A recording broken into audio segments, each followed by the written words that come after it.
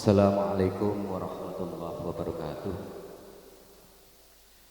Alhamdulillah, alhamdulillahilladzi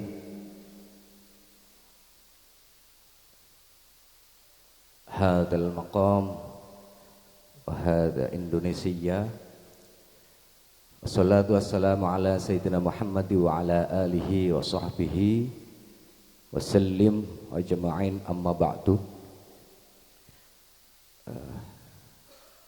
Ingkang kawula mulyakaken para alim, para ulama ingkang sangat saya muliakan dan kula patuhi segala fatwa-fatwanipun kepada Ketua Ansor Kabupaten Kendal, Gus Misbahul Munir, kepada Kepala Desa, Kecamatan, Bapak Camat yang saya hormati, dan kepada tuan rumah Mas Reza sebagai sahibul maqam, sahibul makan, wa sahibul makan wa akhwatuha yang saya hormati, dan kepada jajaran pengurus baik ranting, PAC, Kecamatan Pageruyung yang saya hormati.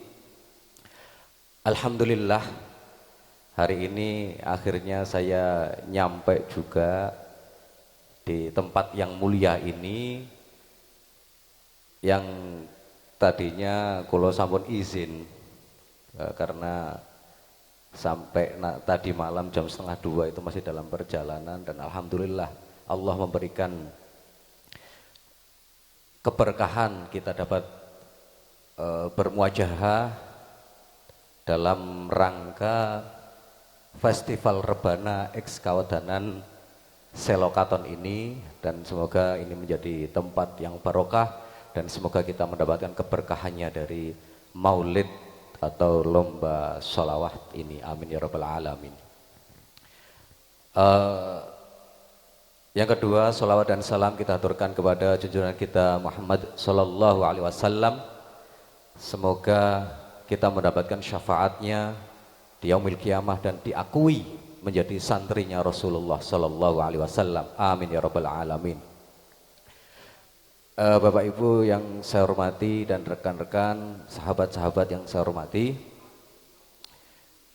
tidak banyak yang saya sampaikan di sini karena saya mendapat kabar dari panitia kita ini yang akan mengikuti lomba rebana ini 21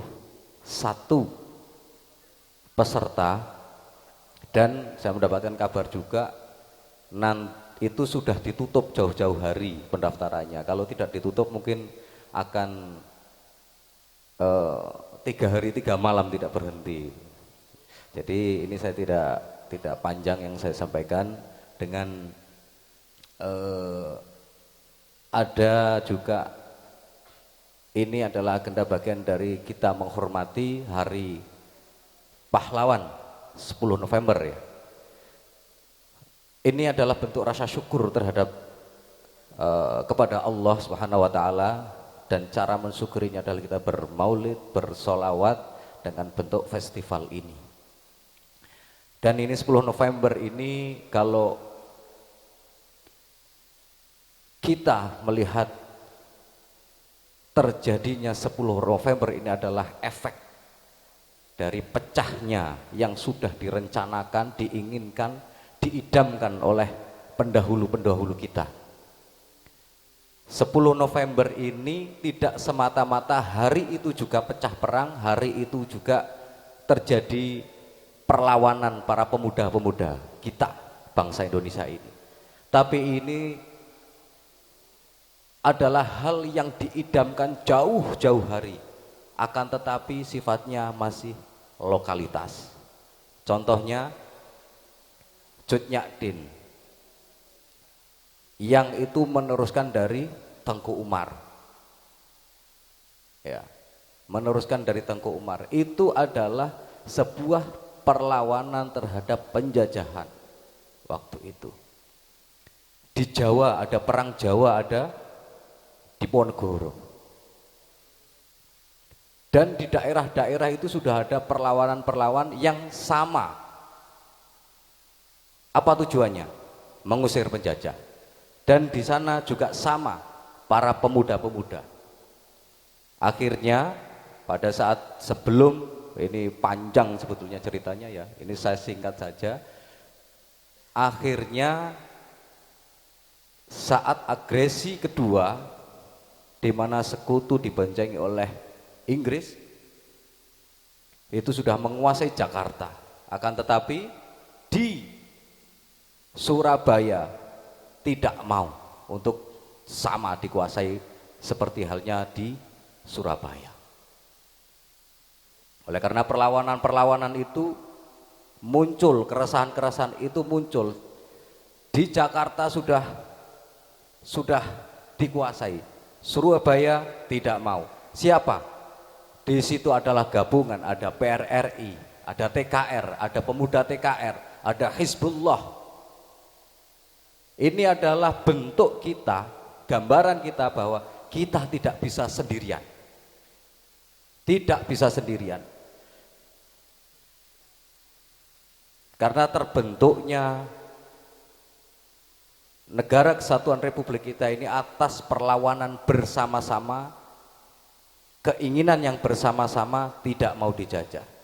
Artinya apa? Di sini ada sifat toleransi di negara kita.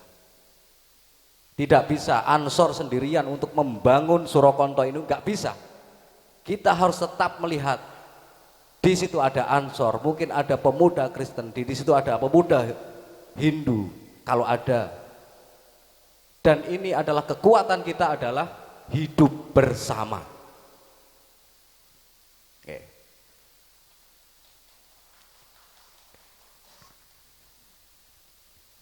Ini karena kenapa? Karena kita sudah dicontohkan. Di mana perlawan di Aceh kesulitan. Pangeran Diponegoro akhirnya juga dibuang, diasingkan. Dan pahlawan-pahlawan lain juga diasingkan, ada yang sampai dibunuh. Karena kenapa? Sendirian. Tetapi muncullah gerakan-gerakan yang ada dari TKR, pemuda TKR, Jong Java, Jong Islaminenbon dan lain sebagainya. Ini bersepakat, ayo kita bangun dengan mengakui keberadaan kita bersama, akhirnya direbutlah Indonesia. Dan itu pun uniknya negara kita. Kalau negara lain kayak seperti sekarang di Rusia ya, siapa yang memerintahkan Rusia perang? Siapa? Putin, presiden negara. Dan yang melawan dari pihak musuhnya, yang lainnya siapa? Zelensky. Siapa? Presidennya. Tapi dalam perang 10 November ini kaitannya meraih pecah apa? 22 Oktober. Mulai Mbah Hasyim Asy'ari menfatwakan bahwa jihad adalah membela bangsa negara adalah bagian dari jihad. Saat itu secara sporadis, dan itu perang kalau di Surabaya waktu itu bukan perang yang diatur strateginya, ada komandan peleton, komandan, enggak. Tapi perang di Surabaya itu adalah perang yang secara sporadis. Pokoknya cah nom pengen merdeka, geruduk, atau di sini disebut dengan tawuran. Itu perang tawuran. Bukan perang yang diatur, siapa yang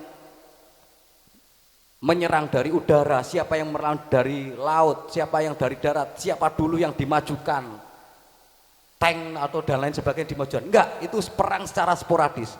Bahkan di dalam bukunya Ki Agus Sunyoto diceritakan, ada utusan dari Cirebon, Kiai Muda Cirebon, ikut ingin berperang juga, dilapori sama santrinya, Yai, ini dari Jakarta sudah tank mulai masuk ke Surabaya. Bagaimana? Ini kita minggir dulu untuk mengatur strategi atau kita lawan? Jawabannya Kiai Muda dari Surabaya, tidak disebutkan namanya karena kesulitan, namanya Kiai siapa. Jawabannya Kiai Muda apa? Saya yang akan melawan. Saya akan menggempur tank sendiri. Tapi pertanyaannya adalah setelah dipikir, coba ceritakan ke saya, tank itu besarnya sama kerbau gede mana? Karena apa? Belum pernah melihat tank seri M9 yang di situ kalau rumah gede tank lewat itu sudah ambruk. Bayangannya itu karo kebo gede di tank. Karena apa? Belum pernah. Semangatnya apa? Berjuang, pokoknya tak lawan. Itu untuk membela bangsa. Setelah ada fatwa Mbah Hasyim Asy'ari, karena sebelumnya kan di fatwa Islam belum pernah ada. Belum pernah ada bahwa membela bangsa dan negara itu bagian jihad atau tidak. Itu belum pernah ada. Yang ada adalah perang membela agama. Yang ada itu.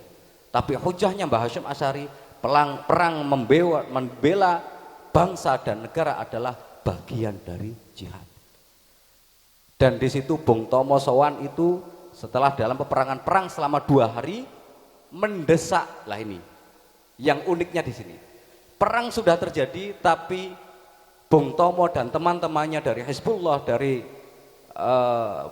PKR, dari TKR Pemuda dan lain sebagainya bergabung mendesak pemerintah untuk menyerukan perang. Loh, ini yang unik.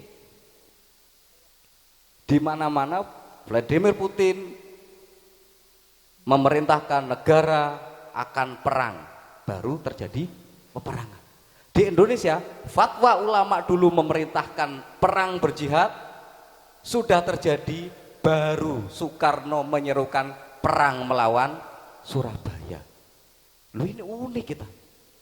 Negara kita itu negara unik. Apalagi sekarang sudah mulai kelihatan bahwa bangsa kita itu bangsa besar. Eropa tidak ada apa-apanya. Nggak punya.